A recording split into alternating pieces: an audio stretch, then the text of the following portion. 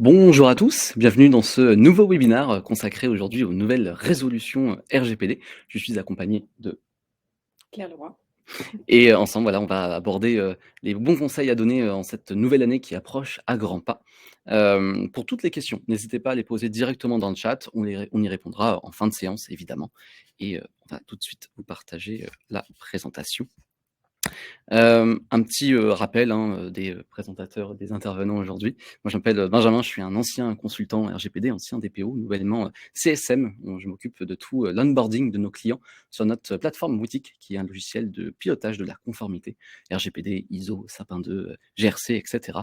Et l'idée, effectivement, c'est que nos clients puissent rentrer en toute sérénité dans l'outil. Donc, on les forme à la plateforme et puis on les évidemment suit tout le long, tout le long de l'abonnement. Et je suis accompagné de Claire aujourd'hui. Exactement. Donc Claire Leroy, je suis consultante en protection des données pour Wittic. Donc j'accompagne les clients sur différentes missions de mise en conformité. Et il nous arrive dans ces missions d'utiliser aussi parfois la plateforme Wittic pour gérer toutes les missions de conformité. Donc aujourd'hui, on peut dire que tu es à l'aise avec l'outil. Oui, je connais l'outil. Un minimum. Super. On va effectivement faire une petite rétrospective sur l'année 2023 avant d'aborder nos conseils pour l'année 2024. On a fait une petite analyse de l'année 2023 sur les sanctions et notamment sur les motifs de sanctions de la CNIL. On a aujourd'hui l'historique, si on consulte toutes les sanctions qu'il y a pu avoir depuis des années, la CNIL fait un historique là-dessus. Et si on se concentre sur l'année 2023, on a aujourd'hui trois motifs de sanctions principaux qui sont remontés. Vous les voyez à l'écran en jaune. On a notamment 13 non-coopérations avec la CNIL. Alors, ce sont des entreprises qui ont été sanctionnées financièrement sur ce motif-là, parmi il peut en avoir d'autres, mais notamment celui-là. Et on se rend compte que ce motif réapparaît beaucoup et c'est corrélé notamment avec la nouvelle procédure de sanction de la CNIL. On a aujourd'hui beaucoup de procédures simplifiées, c'est ça, qui est une procédure accélérée. Alors, j'ai plus les délais en mois, je crois que c'est en 2 mois maximum ou en 3 mois maximum, où effectivement la CNIL est en mesure de pouvoir enquêter et donner une sanction. Instruire le dossier et donner une sanction. Et effectivement, avec cette procédure simplifiée, on a beaucoup de petites entreprises qui sont peut-être pas encore bien sensibilisées ou informées autour du règlement, ce qui peut effectivement causer certaines frictions lors du contrôle, notamment les motifs de non-coopération qui ont été remontés.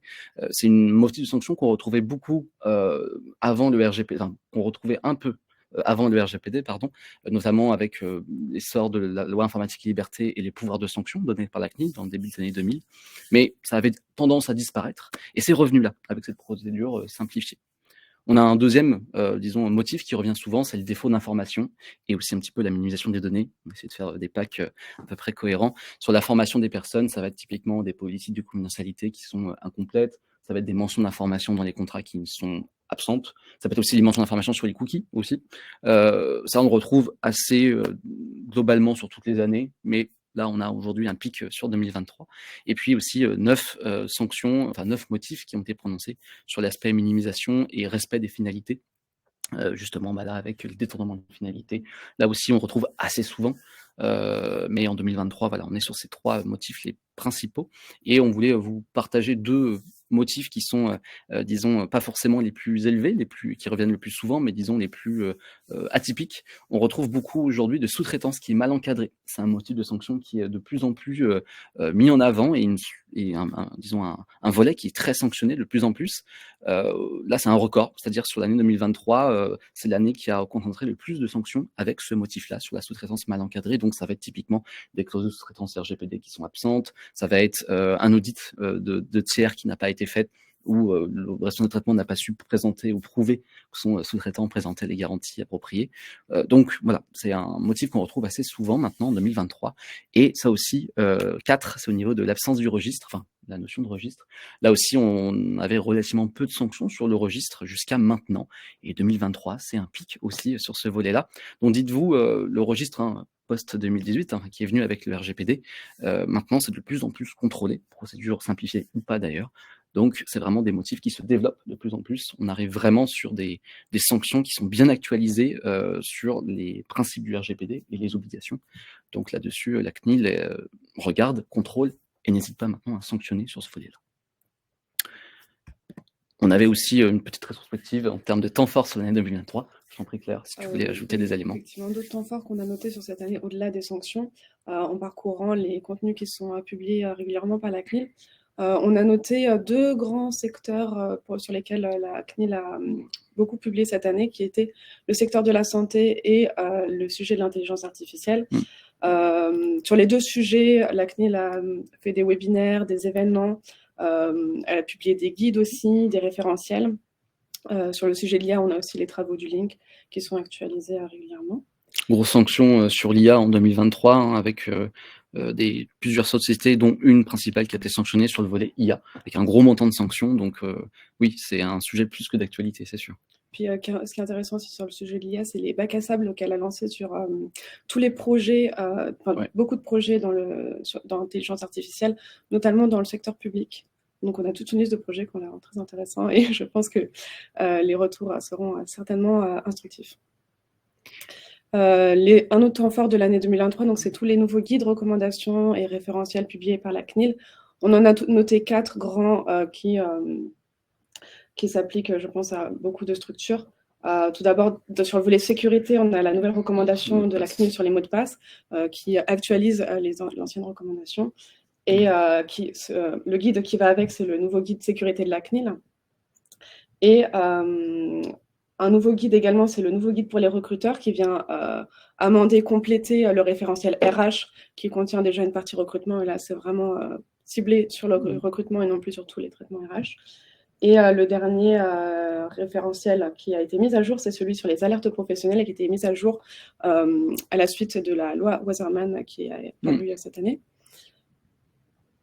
Et sur lequel la CNIL a d'ailleurs fait un webinaire pour préciser ce qu'elle entendait dans ce référentiel. Là, aujourd'hui, c'est une synthèse, hein, évidemment, il y a eu seulement d'autres doctrines, d'autres guides et recommandations. Là, on vous fait un petit peu une synthèse des plus généralistes, on va dire. Évidemment, il y a d'autres sujets qui ont pu être abordés. Exactement. Un autre temps fort de cette année, dont je pense que beaucoup de personnes en parlaient, c'est la nouvelle décision d'adéquation pour les transferts vers les États-Unis.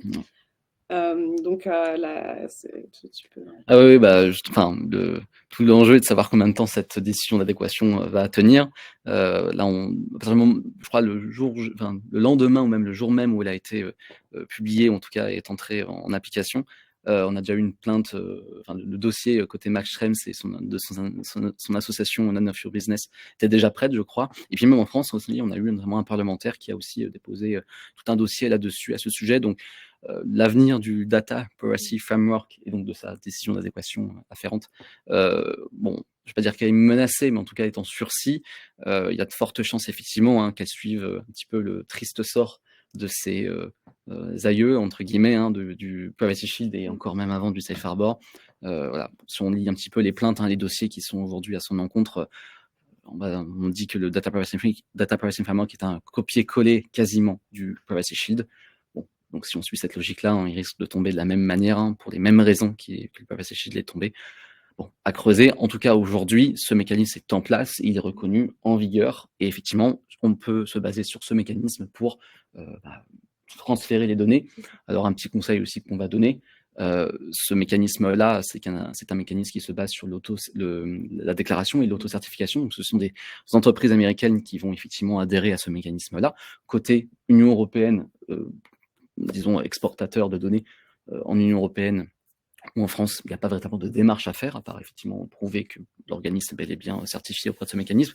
Néanmoins, comme peu de formalisme aujourd'hui, nous on vous conseille évidemment de baquer un petit peu la chose et peut-être de préparer d'autres garanties appropriées quand le Data Privacy Framework tombera. Donc travailler sur des clauses contractuelles type, sur des BCR, sur ce que vous voulez, mais peut-être préparer le terrain. En tout cas, voilà, à prendre avec des pincettes, l'avenir est incertain sur ce Data Privacy Framework. Ça, et comme le dit Benjamin, à noter que ce n'est pas une décision d'adéquation totale, mais bien partielle, c'est-à-dire que ça ne vous permet pas de transférer les données à n'importe qui aux États-Unis. Il faut bien vérifier que l'organisme vers lequel vous transférez les données fait bien partie de la liste des organismes qui ont agréé à ce Data Privacy Framework.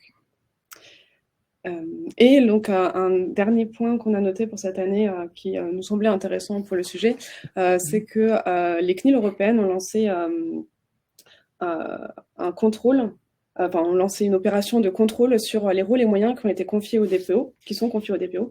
Donc, c'est une enquête, un lancement d'une enquête sur les DPO par chaque CNIL européenne. Ça va se présenter sous la forme d'un questionnaire qui est envoyé au DPO ou que le DPO doit demander à la CNIL et pour répondre à quelles sont les missions qui lui sont confiées, quelle est sa position dans l'entreprise, est-ce qu'il a les moyens nécessaires. Donc là, on voit bien que l'intérêt se concentre sur les fonctions du DPO, notamment le respect de l'article 38 du RGPD, selon lequel les responsables de traitement et sous-traitants doivent fournir les moyens nécessaires aux délégués à la protection des données pour qu'il accomplisse ses missions. Les moyens, ça peut être des moyens financiers, un budget qui est dédié, par exemple. Des moyens humains, matériels, allouer du temps aussi simplement. Enfin, oui. Des outils, des formations, toutes sortes de moyens qui lui permettent effectivement de réaliser ses missions. On a mis, on vous transmettra effectivement le support de présentation à la fin et à chaque fois on a mis les liens vers les documentations et les ressources liées. Nos premiers conseils à vous donner en rentrant tout de suite dans le sujet. Aujourd'hui, on a centré un petit peu ce webinaire sur 3 grands sujets, des sujets assez classiques, mais néanmoins qui sont toujours d'actualité avec le RGPD, donc prioritaire, on va dire. On va avoir dans un premier temps toute la logique d'audit, avec l'audit de conformité, comment aujourd'hui on peut assurer le niveau de conformité de son organisme. On aura effectivement aussi un petit détour du côté du registre des traitements, le pilier du RGPD, et on fera aussi un arrêt côté analyse d'impact, PIA, pour justement vous donner quelques recommandations là-dessus. Sur l'audit, effectivement, aujourd'hui, c'est une démarche très importante, la logique d'audit, c'est une démarche continue, et on a quelques approches à vous donner. Je t'en prie, Claire, si tu voulais commencer. Oui, bien sûr. Donc, on est parti sur l'audit dont l'objectif de l'audit, on va parler en général de l'audit, ça va être dans le cadre du rôle de contrôle du DPO, justement. Le DPO va vouloir connaître quelles sont les pratiques qui sont réalisées au sein de sa structure, quels sont les traitements qui sont réalisés. Donc, l'objectif, là, ça va être de faire un état des lieux de ce qui est fait, regarder également l'avancement des éventuelles recommandations qu'il a pu faire par le passé, et également identifier donc les non-conformités, les nouveaux process, les nouveaux outils, les nouveaux traitements. Donc notre premier conseil pour bien mener vos audits cette année, ça va être d'abord de construire un programme d'audit annuel dont l'objectif va être de lister tous les objectifs par service pour l'année. Ouais. Et donc pour construire un programme qui soit cohérent, donc bien sûr un programme qui soit adapté à votre structure, mais aussi n'hésitez pas à l'adapter à l'actualité. Donc tout ce qu'on a évoqué en début de webinaire, par exemple. Soit de l'IA, côté santé, et puis même pour revenir aussi sur ce qu'elle fait souvent, la CNIL, elle publie son programme annuel de contrôle avec ses priorités, ses thématiques prioritaires. Ça ne veut pas dire que la CNIL va faire que ça, mais ça peut être en tout cas quelques pistes. Et si votre secteur ou votre entreprise est concernée, évidemment, il faudra orienter vos programmes d'audit sur ces points-là. C'est évident. Également donc sur les sanctions qui ont été publiées, puisque ça peut être des points clés qui sont à auditer.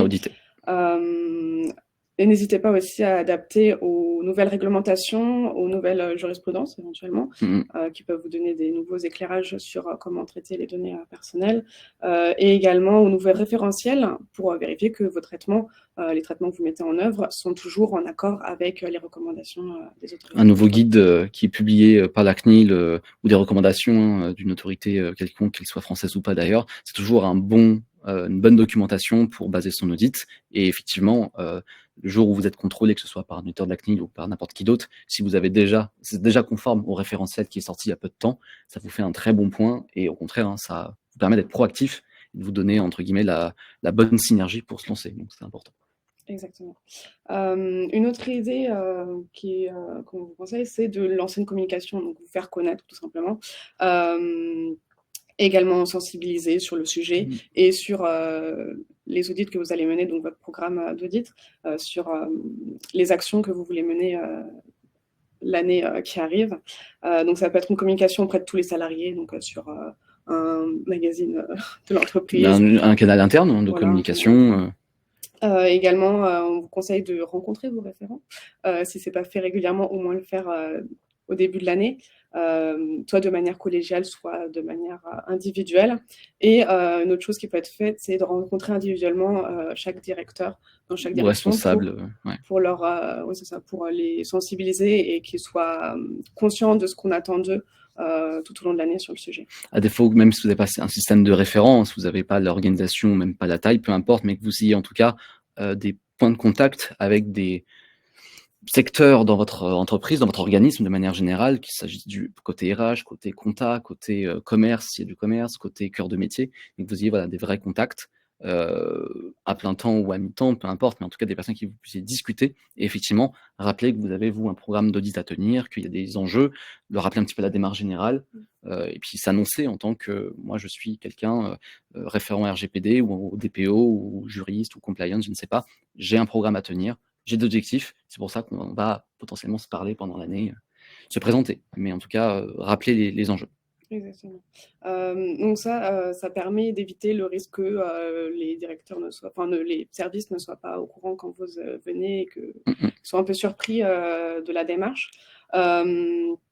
Donc, un autre risque lié à l'audit, c'est que lorsque vous menez votre audit, soit l'interlocuteur ne réponde pas ou réponde une réponse qui n'est pas adaptée puisqu'il n'a pas compris ce qu'on attendait de lui.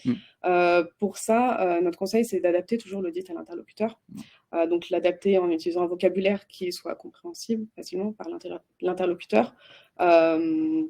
Également, l'adapter au domaine d'activité, par exemple, en donnant des exemples qui vont parler à la personne sur chaque point pour que la personne soit consciente de ce qu'elle doit répondre. Et également au niveau de connaissances en termes de protection des données de l'audité. Et adapter aussi votre discours à la sensibilité des données. Si vous savez qu'un service va traiter des données particulièrement sensibles, il peut être pertinent de faire un petit laïus à ce sujet pour que tout simplement la personne soit consciente qu'elle traite des données sensibles et qu'elle doit vous en parler. Le bon audit, il n'est pas forcément long, il n'est pas forcément exhaustif, mais le bon audit, il est surtout adapté, comme dit Claire. Et il n'y a rien de pire que de faire passer beaucoup de temps à faire la grille Excel parfaite, si vous travaillez sur Excel, pour certains d'entre vous, et de le transmettre aux équipes et que la grille ne soit pas complétée ou soit mal complétée.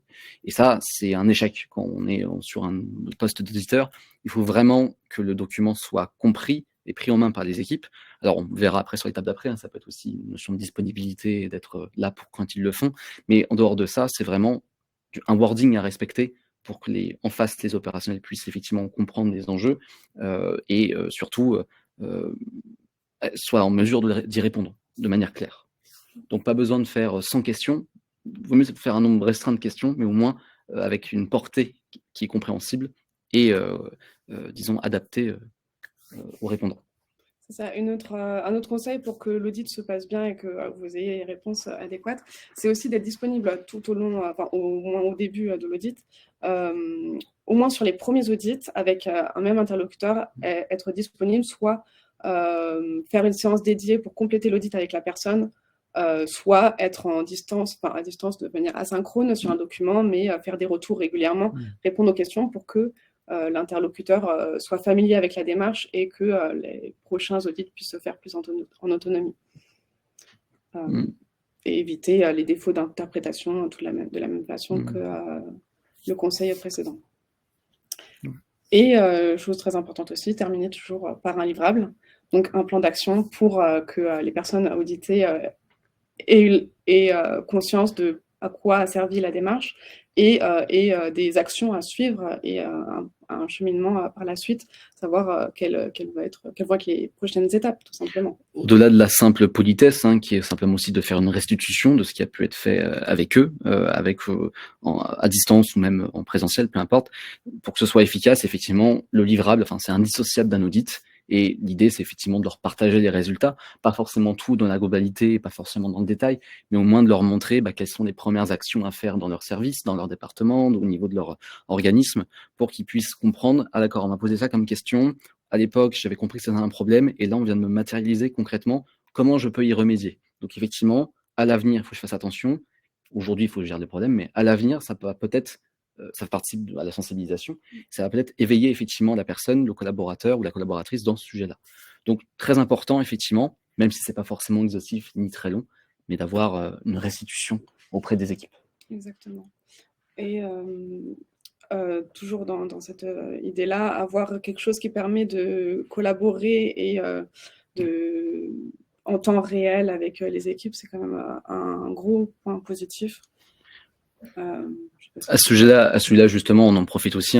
Wittic, on est un cabinet d'éditeur, enfin, un cabinet qui édite une solution logicielle aujourd'hui. Je vous montre très rapidement, mais dans Wittic, effectivement, vous avez un outil dédié justement à la conformité et justement dédié aussi à la partie audit.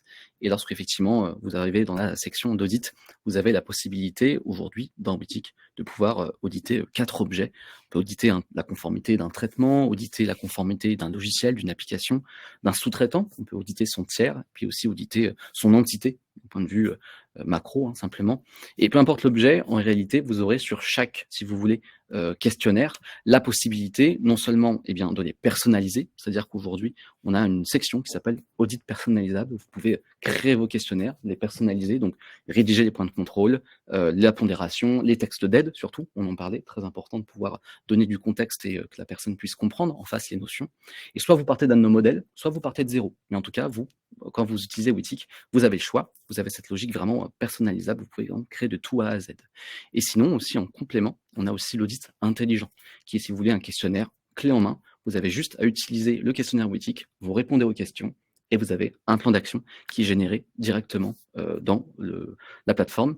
Donc, c'est encore plus rapide qu'un audit manuel, puisque en fonction des réponses que vous donnez, vous avez déjà la liste de ce qu'il faut faire, des plans d'action pour y arriver.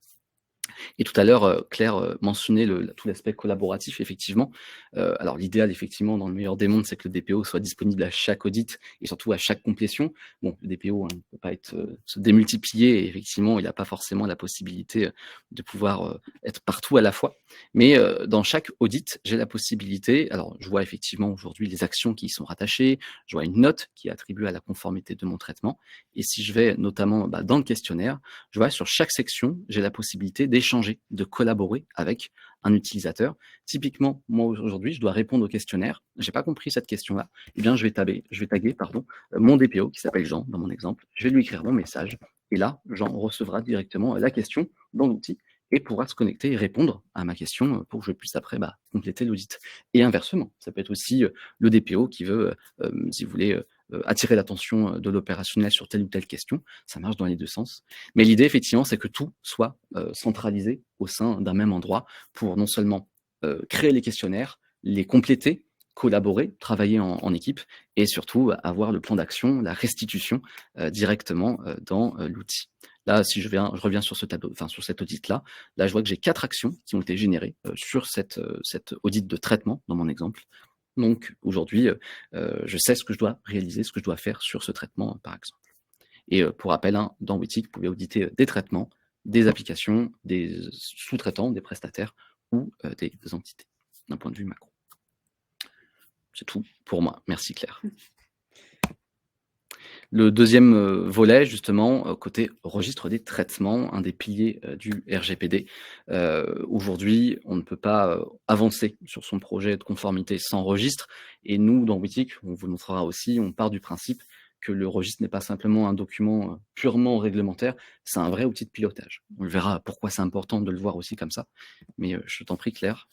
Alors effectivement, c'est un document réglementaire parce que tout responsable de traitement et sous-traitant a l'obligation de tenir un registre des activités de traitement. Donc, ce registre doit contenir toutes les informations qui sont listées à l'article 30 à minima, mais on verra que nous, on conseille de faire un peu plus que ça. Donc, comment on fait pour tenir un registre? Donc, la première étape, ça va être de cartographier ces traitements, c'est-à-dire lister tous les traitements qui sont faits par service. Ça va consister à rencontrer chaque service, leur demander quelles activités ils font, est-ce qu'ils traitent des données personnelles, dans quel cadre, et vous dressez ainsi une liste par service des activités de traitement qui sont réalisées. Là, votre action dans votre plan 2024, ça va être soit donc de créer ce registre, puisque soit vous n'en avez pas, mais si vous en avez un, ça va être de le mettre à jour, donc vérifier est-ce qu'il y a des nouveaux traitements, est-ce qu'il y a des traitements anciens mais qui ne sont plus d'actualité, et vous mettez à jour cette liste. Et c'est sur la base de cette liste, vous allez ensuite, dans le registre, au sein du registre, détailler les traitements, détailler chaque activité et chaque traitement de données qui est réalisé. Donc ça peut se faire par de nouveau des entretiens ou par des questionnaires qui sont envoyés. Typiquement, un questionnaire d'audit peut faire on peut le Permettre la faire, mise à ou jour. alors via un document partagé qui permet de collaborer, parce que c'est toujours plus facile, comme on le disait, d'être en accompagnement sur un document, permettre à la personne de le compléter, mais aussi de faire ses retours. C'est retour direct, ouais. Exactement. Ce que vous pouvez faire pour vous aider à rédiger ce registre, c'est de vous appuyer sur les référentiels de la CNIL. Comme vous le disiez, les référentiels comme le référentiel RH ou le référentiel sur la gestion des activités commerciales, qui sont des référentiels qui, je pense, touchent pas mal de secteurs.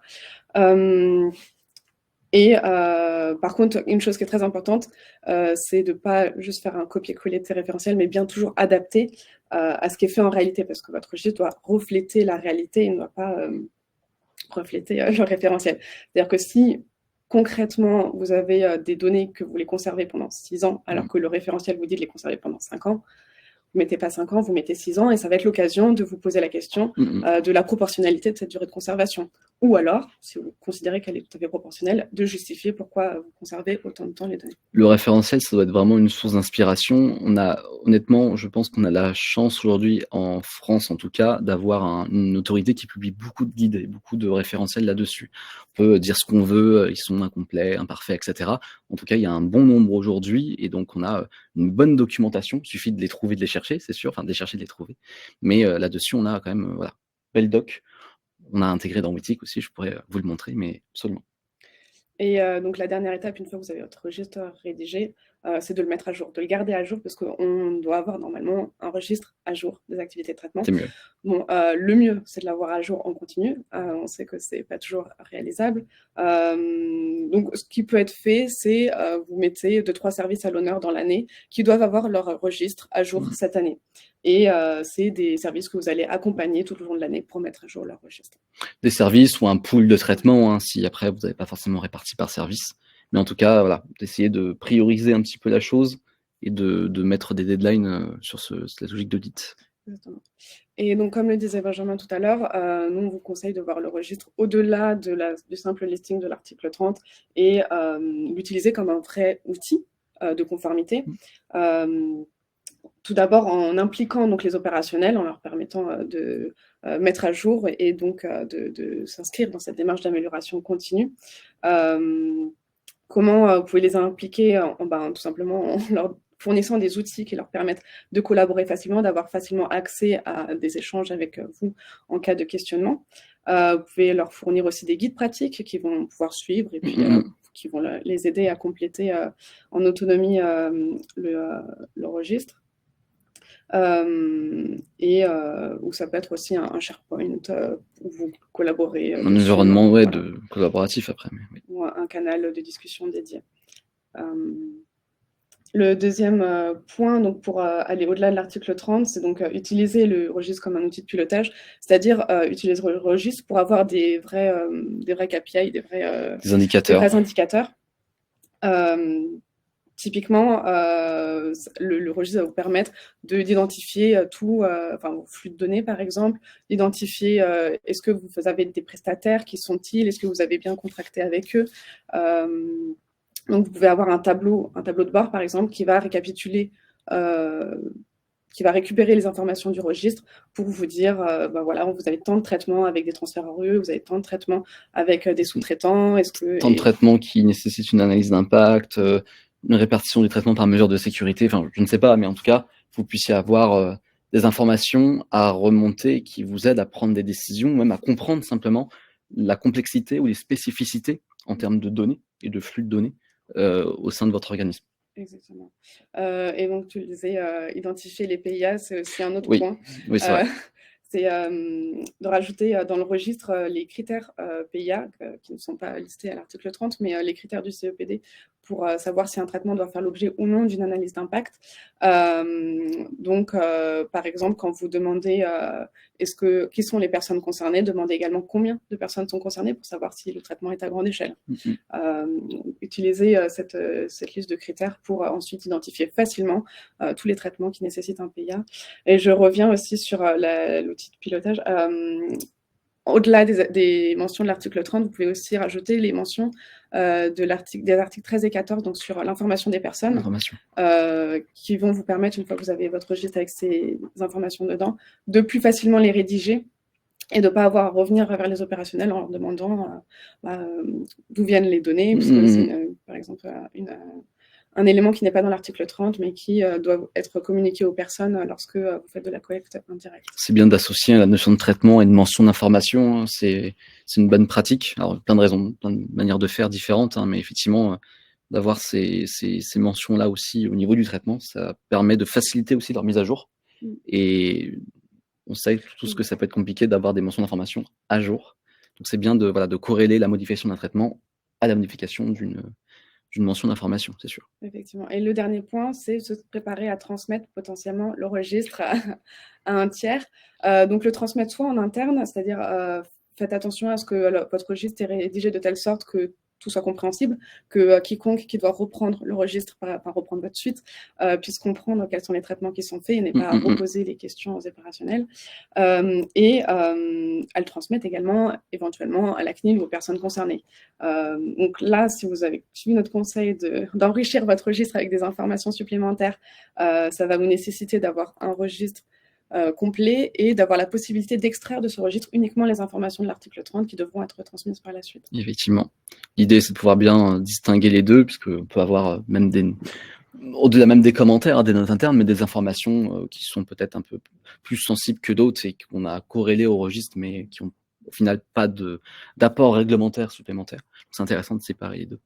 Donc ça va nécessiter d'avoir une bonne méthodologie, une bonne classification des documents pour ensuite le mieux les gérer. Ou alors on prend Wittig. Voilà, ou alors on prend un outil clé en main qui le fait déjà. Sur le registre, justement, je vous montre un petit peu la plateforme. On a un module, évidemment, consacré au registre des traitements. On parlait de référentiels tout à l'heure, Claire évoquait les référentiels de la CNIL. Nous, aujourd'hui, on les a notamment intégrés dans la plateforme. Et on les a, si vous voulez, après, disons, catégorisés et partagés au niveau de certains secteurs d'activité ou certains services. On les a rangés dans des boîtes, concrètement. Et là-dedans, vous pouvez, entre guillemets, quand vous accédez à Wittig, choisir les traitements qui sont déjà pré-rédigés, que vous souhaitez importé dans le registre. On a déjà des informations du coup à l'intérieur. Comme le dit Claire, et ça c'est évidemment central, il faut bien vérifier que ce qui est dans le référentiel et donc ce qui est dans la fiche modèle correspond bien à la réalité. Donc évidemment, il y a peut-être une phase de relecture à faire, mais en tout cas, ça vous fait gagner du temps parce que vous partez d'un modèle pour créer votre traitement. Que vous ayez un registre ou que vous n'ayez pas encore de registre, ça peut être intéressant pour de la mise à jour ou même pour de la création de traitement. Là-dessus, il n'y a pas de sujet. Ça vous permet de partir d'un modèle, mais aussi, comme je disais, de vous questionner sur les pratiques, c'est-à-dire est-ce que les durées de conservation sont conformes à ce qui est recommandé? Est-ce que les données que je collecte et que je traite sont conformes également à ce qui est recommandé? Donc ça vous permet d'analyser, de faire une préanalyse de la conformité de vos traitements aussi. On l'évoquait aussi tout à l'heure, il y a tout un sujet pour le pilotage et effectivement, quand on a un registre des traitements, qu'on se retrouve avec, même au-delà de 30 traitements, on peut considérer que ça peut commencer à devenir complexe. Si on a des traitements qui sont très denses, ça peut déjà faire beaucoup d'informations. Évidemment, quand vous êtes dans Wittig, vous avez des filtres qui vous permettent d'aller après identifier les ressemblances ou les différences qui peuvent exister entre les traitements, voir quelles sont les directions ou départements rattachés à un traitement, voir quelle est la responsabilité du traitement. Puis évidemment, on a des filtres supplémentaires, on peut aller filtrer par personne concernée, par base légale. Tout ça, ça va vous permettre vraiment de bien comprendre quelles sont les ressemblances, quelles sont les différences et de savoir quel traitement est à prioriser ou non. On a même, si vous voulez, un petit filtre intelligent qui vous permet de détecter automatiquement un traitement qui aurait besoin d'une analyse d'impact, un traitement qui aurait des données sensibles, un traitement où on aurait un transfert de données mais qui n'est pas sécurisé, sans garantie appropriée. Et puis, de toute manière, dans la démarche générale, dans Wittig, quand il manque un champ, vous pouvez le créer vous-même. Là, vous voyez qu'il y a un exemple ici, hébergement HDS, notion qu'on retrouve notamment dans les données de santé, mais peu importe, ce champ n'existe pas dans Wittig, mais l'utilisateur peut le créer en quelques secondes et après, disons, filtrer et trier son registre comme il veut sur les critères de son choix. Ça, c'est sur le pilotage de manière générale. Et puis, évidemment, on a un tableau de bord dans Wittig qui est au niveau de l'entité, mais aussi au niveau du groupe, qui vous permet d'avoir, comme on l'a dit, les fameux KPI, les indicateurs, pour avoir des informations à transmettre ou même simplement comprendre un petit peu les flux de données. Alors, on peut avoir une répartition des traitements par base légale, on peut avoir les traitements par type de collecte, par avancement d'audit, par non-conformité aussi. Là, je vois que les trois traitements sans mesure de sécurité. Tout ça, c'est des aides qui vont me permettre de bien faire en sorte que mon registre soit à jour et même au-delà du registre, de bien piloter ma conformité dans les grandes lignes. Et puis vous voyez tous ces petits reportings qui sont téléchargeables dans différents formats qui vous permettent justement après de les partager à qui de droit, ça peut être intéressant. Et puis Claire l'évoquait aussi, l'export, effectivement, on a une fonctionnalité dédiée à cela, effectivement, on peut télécharger son registre avec l'ensemble des champs, donc potentiellement tous les champs que vous auriez rajoutés sur la fiche traitement, que vous pouvez ajouter en quelques clics, ou simplement les champs aussi à compléter qui sont facultatifs, ou alors avec seulement les champs strictement demandés par l'article 30. Vous avez ça en Excel, en PDF, c'est comme vous voulez, mais au moins il y en a pour tous les coups, et surtout, ça vous évite aussi d'avoir une version Excel, disons, propre à transmettre, puis une version Excel interne que vous gardez, et quand on fait une mise à jour, il faut mettre à jour les deux en même temps, ça peut être assez agaçant et surtout long, à la longue, entre guillemets. Donc voilà, là-dessus, on a une fonctionnalité dédiée à cela. Puis rapidement, si on va sur une fiche traitement, peu importe, dans Wittic, elle va se décomposer en 3 onglets, et vous retrouvez notamment en première page ici la fameuse zone de chat, la fameuse collaboration. C'est essentiel aujourd'hui de pouvoir travailler sur des traitements en collaboration avec les équipes. L'idée, c'est de tout centraliser au sein de l'outil pour justement avoir des échanges au bon endroit, de bien identifier que cette discussion-là, on parlait bien de ce traitement-là, et pas d'un autre, ou pas d'une action ou d'autre chose. Donc tout est centralisé.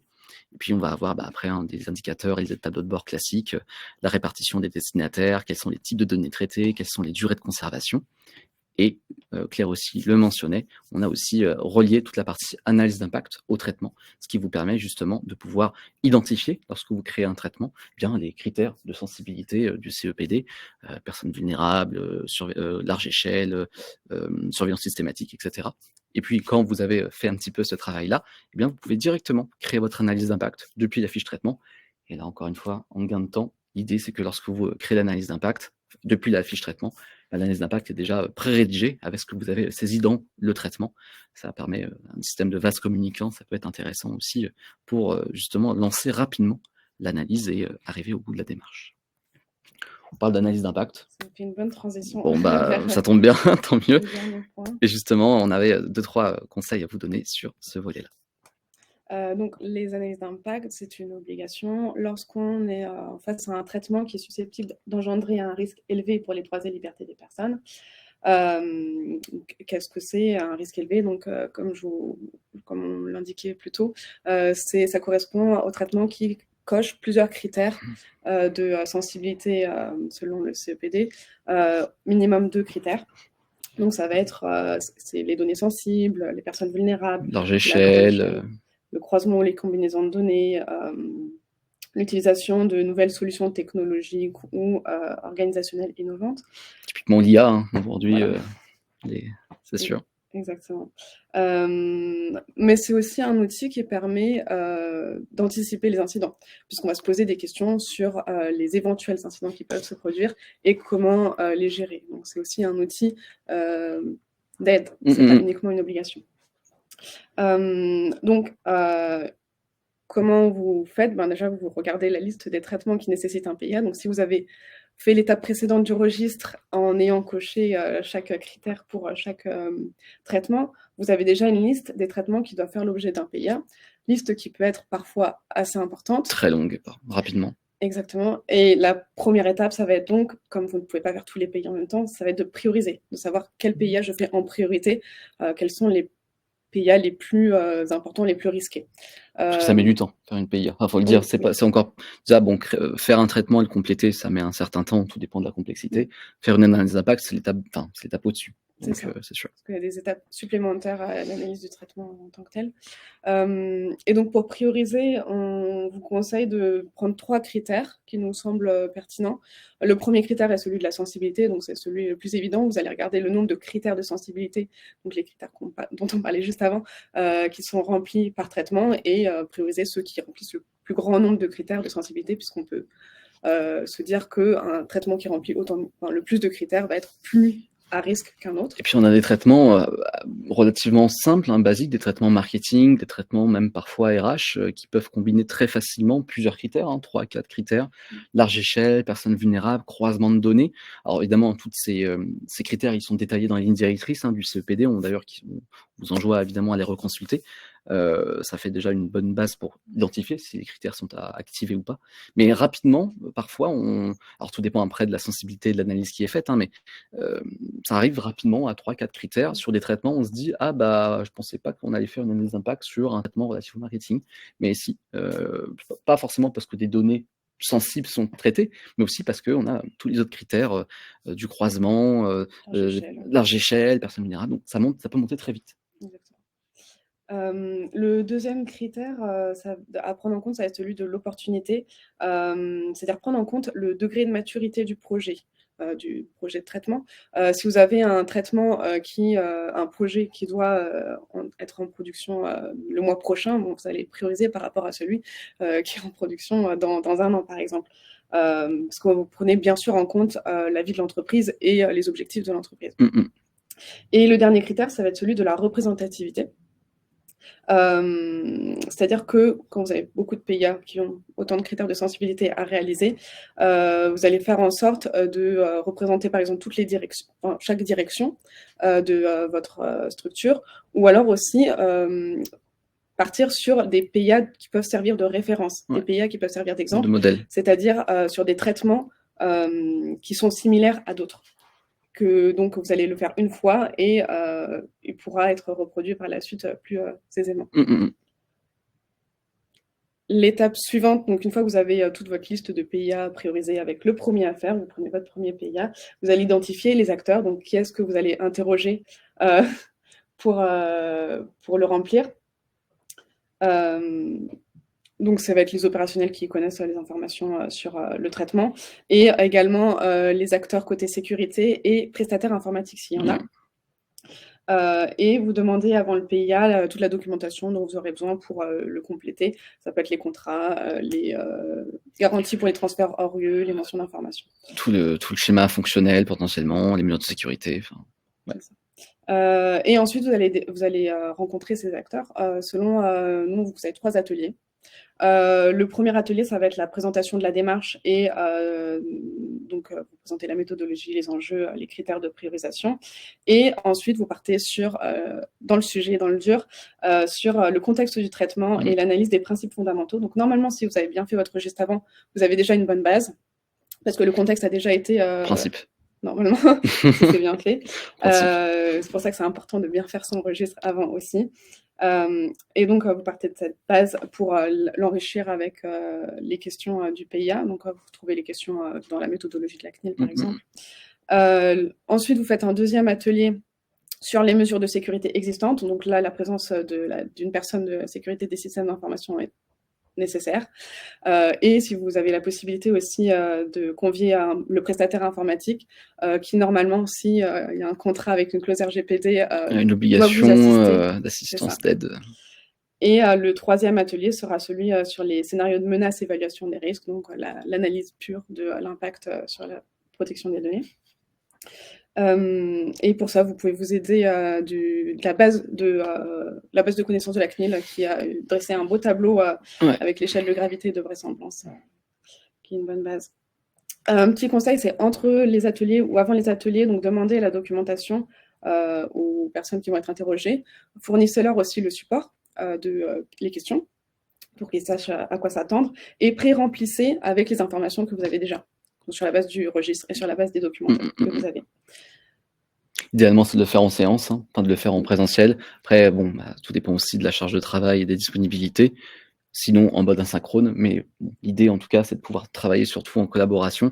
Déjà, un traitement et un audit, évidemment, c'est beaucoup plus efficace de le faire en équipe et donc de le faire avec les équipes. L'analyse d'impact, ça arrive, mais c'est difficile pour un dépôt de la compléter de A à Z. Oui. On l'a déjà vu, même en mission, mais c'est pas comme ça, normalement, ça devrait fonctionner. Il y a des impacts. Ça doit être rédigé, pas comme ça. Une fois que vous l'avez bien rédigé, donc avec l'aide de tous les opérationnels, l'étape suivante, c'est la validation. Donc d'abord, une validation de la rédaction par les interlocuteurs qui ont été interrogés. Ce que je vous conseille, c'est à chaque atelier de pré-valider l'atelier précédent. Ça vous fait gagner du temps sur la validation finale. Et là, vous leur demandez validation, est-ce que vous êtes d'accord avec tout ce qui a été écrit, est-ce qu'on a bien tous les documents, est-ce que c'est complet. Ensuite, vous obtenez l'avis du RSSI, donc sur les mesures de sécurité et sur les mesures correctrices aussi éventuelles. Et ça vous permet aussi d'adapter l'évaluation en fonction du retour du RSSI. Ouais. Et ensuite, vous obtenez l'avis du DPO. Donc si vous êtes DPO, vous mettez votre avis et vous proposez des mesures correctrices. Et la dernière étape, c'est la validation ou non par le responsable de traitement, c'est-à-dire que vous soumettez l'analyse d'impact au responsable de traitement, c'est lui qui prend la responsabilité et qui dit oui, je suis d'accord, je valide, ou alors qui explique pourquoi il ne valide pas s'il ne souhaite pas valider cette analyse. Il aura tendance à valider, par du temps. Mais oui, en tout cas, oui, c'est à lui, en tout cas, c'est le tampon officiel. Il a le droit. Il a le droit, c'est vrai. Voilà. Et si donc le responsable de traitement a validé, vous pouvez passer au plan d'action, à la mise en œuvre du plan d'action. Donc, vous pouvez faire un atelier de culture avec toutes les personnes qui sont intervenues dans le PIA pour leur présenter le plan d'action, associer chaque personne à une tâche, à une action, et par la suite, vous suivrez l'avancement du plan d'action, vous pourrez gérer les relances, suivre l'avancement. Là, ces points-là, évidemment, on les a aussi incorporés dans l'outil, dans Wittic, évidemment. L'idée, c'est de reprendre la méthodologie de la CNIL et du CEPD en termes d'analyse du contexte, des principes fondamentaux. Donc là-dessus, on a repris la même méthode. Ce qu'on a effectivement, nous, implémenté dans l'outil, dans Wittic, c'est tout le volet collaboratif. Puisqu'effectivement, on le disait, il n'y a rien de pire quand on est DPO ou en tout cas référent RGPD sur ce sujet-là, de faire l'analyse de A à Z tout seul. Normalement, une analyse d'impact, ça se fait au moins à 3 à 4 têtes, en tout cas à plusieurs personnes, c'est sûr. Et dans Wittic, vous avez la possibilité justement de pouvoir accorder l'accès à une ou plusieurs analyses à autant de personnes que vous voulez. Si par exemple sur l'analyse du contexte, vous voulez mettre 3 utilisateurs qui sera peut-être l'opérationnel, le DPO et puis le directeur ou directrice de tel ou tel département, vous le faites. Sur l'analyse principes fondamentaux, vous mettez que le DPO et un opérationnel. Et puis sur la partie risque, vous mettez seulement l'analyste risque ou le côté côté sécurité, un métier côté sécurité. En tout cas, vous faites comme vous voulez, mais vous êtes libre en tout cas d'affecter et d'ouvrir les accès en partie ou à la globalité de l'analyse d'impact. Puis évidemment, sur ce travail collaboratif, c'est essentiel de pouvoir, encore une fois, échanger. Alors le mieux du mieux, c'est de le faire autour d'une table, d'un atelier. Aujourd'hui, avec tout le volet maintenant télétravail et puis de manière générale, les disponibilités de chacun et les casquettes qui s'accumulent, on n'a pas forcément le temps de passer du temps malheureusement autour d'une table. L'idée aussi, c'est de pouvoir travailler en mode asynchrone. Et justement, on a la possibilité dans Wittic, sur le même module que j'ai pu vous montrer tout à l'heure, de pouvoir échanger, de taguer un collaborateur et de lui demander, de lui poser une question. L'utilisateur recevra une notification par mail et saura effectivement qu'il y a une question sur l'analyse d'impact, que l'utilisateur ou telle personne est bloqué sur l'analyse, il faut qu'il y réponde pour y arriver. Donc, vraiment l'aspect collaboratif. Sachant aussi que c'est un document qui peut évoluer tout au long de la rédaction, c'est-à-dire que quand on fait l'atelier, on n'a pas forcément toutes les réponses aux questions, on peut avoir à les demander. On n'a jamais toutes les réponses d'un coup, c'est sûr. Même si on a tout bien préparé. Même si on a tout bien préparé, c'est sûr. Et évidemment, sur les documents et la documentation, rattacher les documents au bon chapitre de l'analyse d'impact pour justement bien compartimenter la partie peut-être plus juridique avec des contrats, des avenants, des analyses juridiques et la partie plus analyse sécurité avec là des schémas fonctionnels, des schémas de flux de données.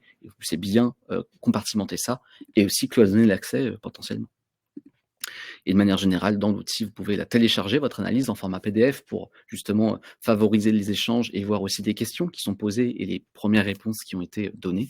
Et puis, comme le disait Claire tout à l'heure, il y a certaines analyses qui sont intéressantes à pouvoir dupliquer et surtout à servir en tant que modèle.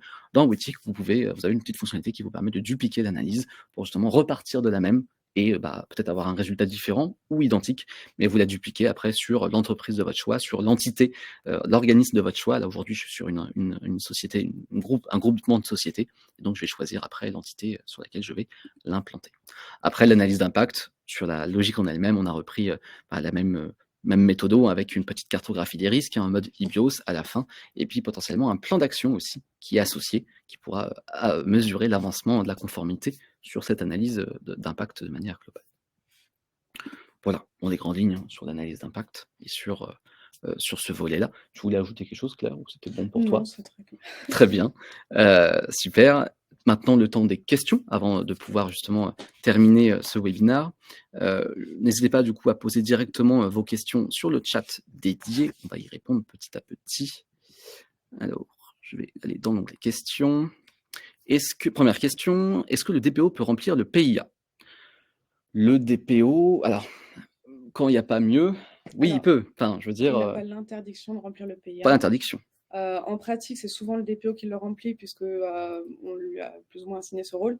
Oui. Après, il n'a pas l'obligation non plus, enfin, c'est pas lui qui a l'obligation de réaliser les PIA. Lui, selon le RGPD, il est en support. C'est ça. Il est là en conseil, il conseille sur les PIA à réaliser et sur la méthodologie à adopter. On va dire qu'il a un rôle de supervision, en fait, le DPO sur l'analyse d'impact. Même si dans les faits, on est beaucoup à le faire et à l'avoir vu et à le vivre, le DPO se retrouvera effectivement seul sur cette analyse par manque de moyens, manque de temps et manque de pouvoir, manque d'échange, etc.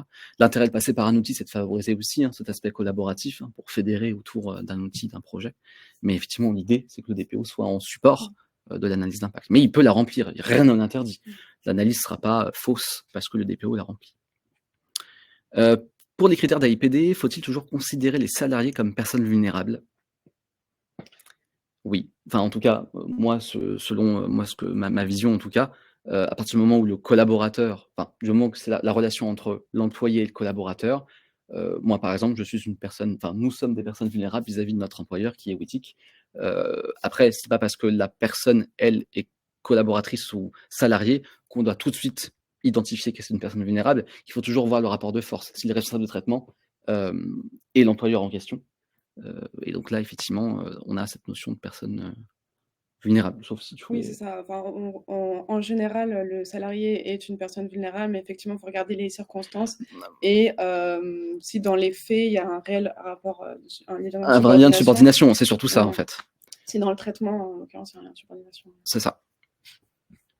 Bonjour, est-ce qu'on parle d'un audit interne au sens de la norme ISO 9001 ou de quelque chose de simplifié? Alors, sur tout l'aspect audit, je réponds sur la partie plateforme, mais sur l'audit, effectivement, on a différents types d'audits, différentes méthodologies. On a des modèles de questionnaires RSE, RGPD, et on en reprend aussi certaines normes ISO.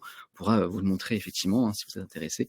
Mais l'idée, effectivement, c'est que ce module d'audit permet d'incorporer différentes méthodes d'audit et surtout différents référentiels. Nous, on a des modèles, mais si demain vous souhaitez importer une norme ISO quelconque ou un référentiel qui ne serait pas encore normétique, eh ben, vous avez directement la possibilité de le faire dans l'outil, pour pouvoir directement le saisir ou en tout cas de repartir d'un de nos modèles et de le modifier après. C'est comme vous voulez. Une autre question, pardon, merci. Est-ce que vous avez des exemples de schémas de fuite de données ou est-ce que l'outil Wittic le génère automatiquement? Alors aujourd'hui, il n'y a pas encore de cartographie dans Wittic, même si c'est un volet qui va arriver bientôt dans la plateforme. Mais effectivement, on a la possibilité déjà de voir les relations qui existent entre les traitements, les tiers, enfin les prestataires, les tiers, et les logiciels. Et donc, si vous voulez, on a une sorte de cercle vertueux, ou en tout cas de cercle qui alimente l'un et l'autre, et donc la possibilité de pouvoir voir des liens qui existent. Typiquement, si je vous remontre concrètement dans la plateforme, notamment quand je vais sur un tiers, par exemple, c'est un point d'entrée, mais pas forcément le seul. Quand je rentre sur la fiche de mon tiers, eh bien, je vais voir notamment ici les traitements qui sont rattachés à mon tiers. Ah, pardon, j'ai arrêté le partage, excusez-moi, je repartage, pardon. Je repartage l'écran rapidement, tout l'écran. Hop, pardon. Ça devrait revenir là normalement. Je vous remonte donc oui, quand j'arrive sur mon référentiel des tiers, peu importe, je rentre sur un tiers, un prestataire, et là je vais voir effectivement les différents traitements qui sont reliés à ce tiers, les applications aussi logicielles qui y sont rattachées. Donc on a ce lien aujourd'hui qui est assez visible dans la plateforme. Après, en termes de véritable cartographie, flux de données, pour voir effectivement quels sont les liens entre les types de données, les catégories de personnes, etc. On est en train de travailler sur un gros module de cartographie et des données. On pourra vous le montrer quand ce sera prêt. Mais en tout cas, en attendant, vous avez déjà ce module dans Wittic. Est-ce qu'il y a d'autres questions? A priori, c'est bon. Si jamais d'autres viennent après la démonstration et le webinaire, nous, on reste à votre disposition. Et puis, quelles sont les prochaines étapes? Nous, effectivement, on sera disponible, Wittic sera à l'université des DPO au mois de février. Et puis, un petit peu avant aussi, on vous fera notamment un petit podcast relatif au RGPD. On vous le sortira dans les prochains jours, prochaines semaines. Et puis aussi un prochain article sur notamment une rétrospective sur des sanctions CNIL. On va reprendre un petit peu la méthodologie qu'on a fait sur 2023, mais la remonter jusqu'en 2013 pour voir un petit peu tous les motifs qui ont pu être prononcés et vous présenter un petit peu des statistiques sur les montants moyens, les motifs de sanctions les plus sanctionnés, les secteurs ou les thématiques les plus abordées lors des contrôles et lors des sanctions. Ça arrivera sous peu, on vous donnera ça au fur et à mesure. Voilà. Et oui, vous recevrez à la suite le support de présentation si vous voulez vous y replonger, et également un replay du webinaire. Merci beaucoup, Claire. Merci à toi. Et puis une prochaine fois, du coup, pour un prochain webinaire.